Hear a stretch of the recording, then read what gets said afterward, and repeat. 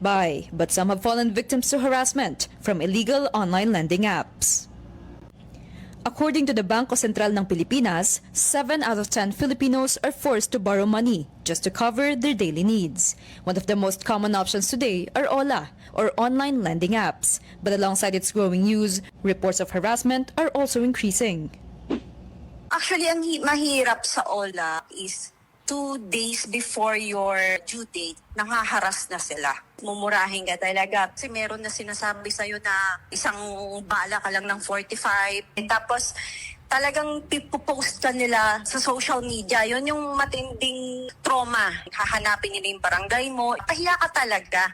Humiram ako 16,000. Nagulat ako. Nung nakita ko, nasa 36,000 na. Ang sama nung patakaran nila. Hindi siya maganda. Hindi siya makatawa. Nagkaroon ako ng depression. Nanginginig ako kapag may tumatawag sa akin na unknown caller. Hindi na rin ako normal. Parang nawalan ako ganong kumain. Because of this, an online support group has been formed for victims who were hesitant to take actions against the illegal platforms. Sa community namin, meron kami 39,000 na victim na nag-join. Mas dumadami ngayong year compare last past years. Kasi iba kasi yun yung OLA. Sa isang app, makakapag-loan ka na maraming beses. Kaya siguro ngayon, mas nauhook yung mga victim na umutang ng umutang. But experts remind us that borrowers have rights and they should not be harassed or publicly shamed. Meron na tayong batas tungkol dyan. We call it the Financial Products Services Consumer Protection Act. Minamandato nito ang tamang pagtrato, reasonable, fair, transparent na pagtrato sa ating mga lenders. Or nandyan din, of course, yung protection ng iyong identity, personal information. Hindi ka dapat isubject sa unfair or abusive conduct, lalo na sa pagkokolekta.